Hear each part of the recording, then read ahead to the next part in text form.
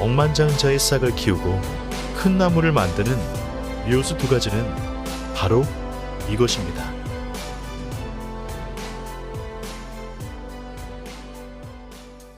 현 경제 상황의 흐름이 급격히 변화되고 있습니다.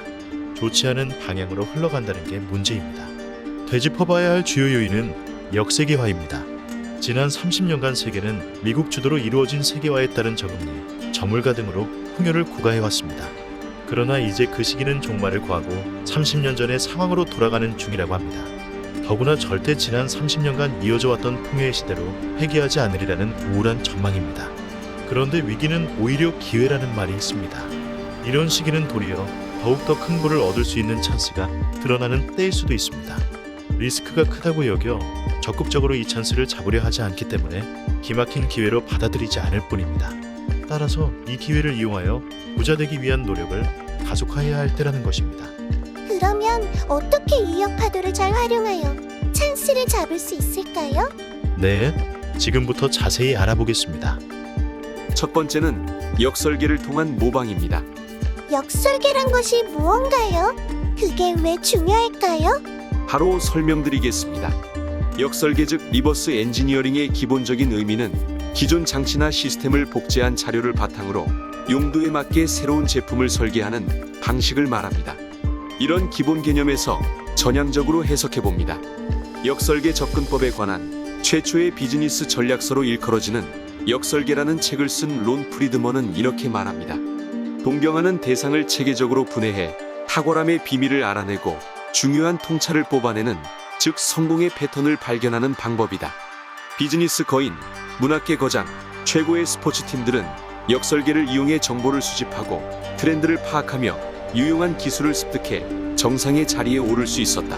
이 역설계의 엄청난 힘을 보여주는 사례는 바로 전 세계 비즈니스 역사를 바꾸어 놓은 혁신을 가져온 마이크로소프트와 애플입니다.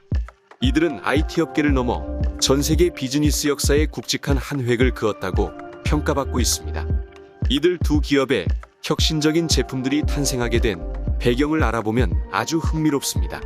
때는 1973년 3월, 미국의 대표적인 프린터 기업인 제록스는 알토라는 개인용 컴퓨터를 만들었습니다. 이것은 그래픽 유저 인터페이스 즉 GUI와 마우스를 사용하는 혁신적인 제품이었지요. 게다가 이메일과 네트워크 기능이 포함되어 있었습니다. 그러나 이러한 놀라운 제품을 만들어 놓고도 대중화를 이루지 못했습니다. 무엇 때문에 이게 보편화되지 못했나요? 무엇이 문제였을까요? 이유는 단순합니다. 수요자를 폭발적으로 증가시킬 개인 상용화를 생각하지 못했다는 점이었습니다. 다시 말하면 제록스 경영진은 이 제품이 대학이나 아니면 기업체 정도에서 관심을 가질 거라고 판단하였기 때문인 겁니다. 결정적인 오판이라고 여겨지는 대목 아닌가요? 하지만 일찌감치 개인용 컴퓨터가 상용화될 것이라고 내다보았던 스티브 잡스는 알토를 보자마자 이것이 갖는 잠재력을 간파했다고 합니다. 그는 알토의 기능이나 특성은 물론 디자인의 세세한 부분까지 꼼꼼하게 분석하기 시작했습니다. 이를 바탕으로 즉 모방한 것에 자신들만의 아이디어를 접목하여 나름 컴퓨터를 만들었습니다. 1977년에 처음 출시된 애플2는 키보드를 일체화하고 크기를 줄여 공간 활용성을 높였으며 사용법도 간편하게 만들었을 뿐만 아니라 가격도 $1298로 당시의 컴퓨터 중에는 저렴한 편이어서 큰 인기를 끌었었습니다. 그 뒤 이를 개량한 매킨토시를 출시했는데 본체와 모니터를 일체화하면서 크기와 무게를 크게 줄여 차별화를 이루었습니다. 이렇게 해서 스티브 잡스는 개인용 컴퓨터의 대중화를 이룩할 수 있었습니다. 한편으로 마이크로소프트의 빌 게이츠는 방향을 달리해서 소프트적으로 접근했습니다. 알토를 역설계해서 컴퓨터 운영체계를 만든 것입니다. 이것이 바로 윈도우즈인데 세계적으로 가장 큰 성과를 이룩하게 해주었으며 지금까지 독보적인 존재를 유지하고 있지요.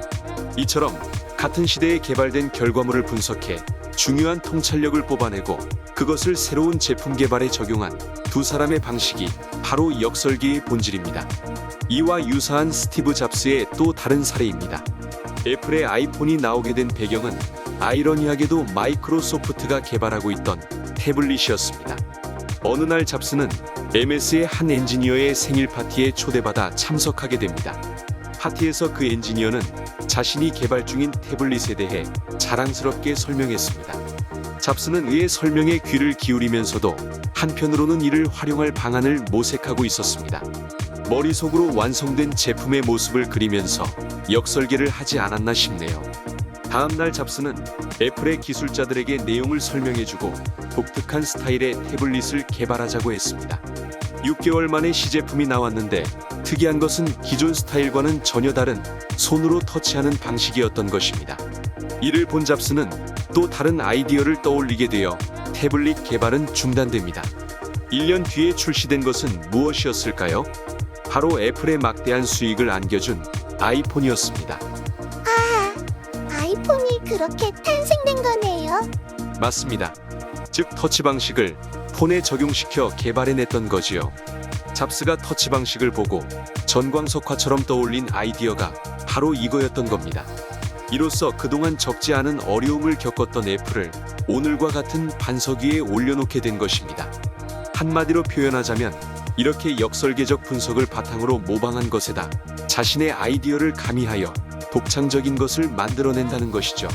또 한 가지는 무언가요? 두 번째는 불가능을 가능으로 바꾸는 단어, 즉 몰입입니다. 몰입이란 내가 누구인지도 모르게 뭔가에 빠져들어 있는 상태를 말합니다. 멘탈이 무기다의 저자 스티븐 코틀러에 따르면 5시간이 지났는데도 5분이 지난 것 같은 경험을 했다면 바로 그게 몰입을 했던 것이다 라고 합니다. 그의 말에 따르면 몰입을 하게 되는 경우 창의적이지 않았던 사람들도 엄청나게 창의적이 되고 평소에는 뭔가 새로운 것을 배우려면 머리에 쥐가 나는 사람들도 새로운 것을 배우는데 전혀 스트레스를 느끼지 않으며 나아가 아무것도 하기 싫어서 널브러져 있던 사람들도 갑자기 분기탱천해서 동기부여 100% 완충 상태가 된다고 합니다. 그렇기 때문에 몰입을 하게 되면 불가능하다고 여겨지는 것도 가능하도록 만드는 경험을 할 수 있다는 겁니다. 즉 새로운 아이디어를 샘솟게 하는 것입니다. 연구 결과에 따르면 몰입은 일의 효율성을 최대 5배나 증가시킨다는 것이 증명되었다는 점을 잊지 마십시오. 테슬라의 창업자 일론 머스크, 아마존의 창업자 제프 베조스, 그리고 구글의 창업자 세르게이 브린과 레리 페이지, 이들의 공통점이 무엇인지 아십니까? 바로 몰입에 능하다는 것이었습니다. 반드시 역설계적 분석 접근 방식만이 성공을 보장한다는 것은 아닙니다.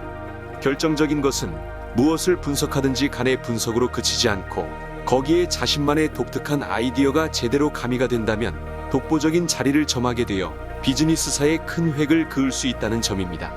당연히 자신이 세운 목표가 명확한 경우 이에 몰입하면 남이 하지 못한 특이한 성과를 이룰 수 있다는 거죠.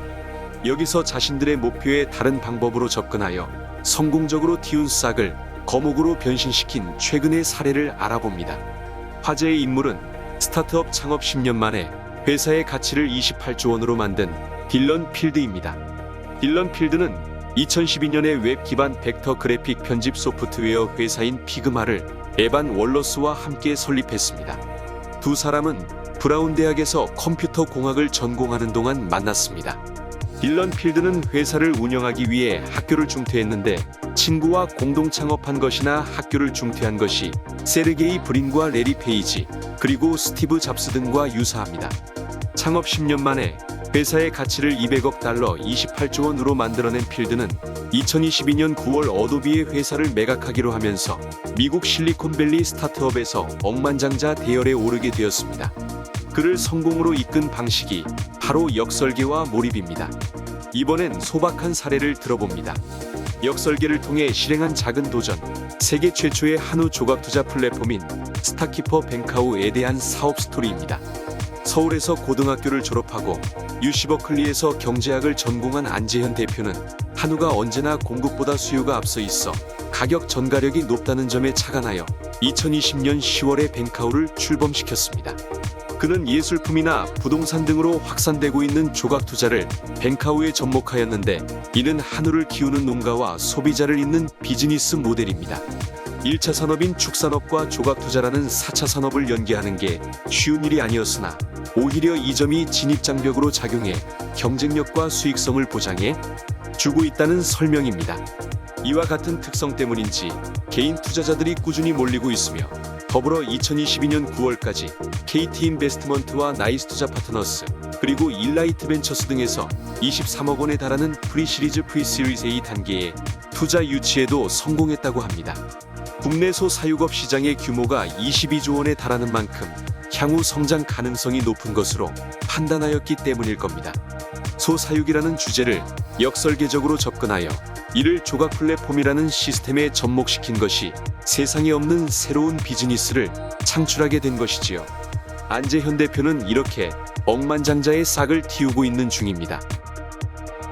잘 보셨나요? 참고로 프리시리즈 프리시리즈 A 단계는 시드C 투자를 거친 시리즈 A 투자 전 단계를 말합니다. 투자자의 입장에서는 일부 리스크가 있으나 시리즈 A 투자를 유치할 수 있을 것이라는 확신으로 매우 싼 가격의 지분을 매입할 수 있는 기회가 됩니다. 수혜자의 입장에서는 시리즈 A 투자를 협상하기 전 객관적 검증 이력이 되므로 시리즈 A 투자 협상 시보다 좋은 가치 평가를 얻을 수 있게 되는 장점이 있습니다. 여러분도 각광받는 국내외 새로운 제품이 출시되거나 뜨거운 감자로 떠오른 이슈에 대해 상기에서와 같은 역설계적 접근 방식을 시도해보는 것은 어떨까요? 단 한 술에 배부르지 않더라도 말입니다. 여러분의 성공을 기원드립니다. 끝까지 시청해주셔서 대단히 감사합니다. 다음 영상에서 만나 뵙겠습니다.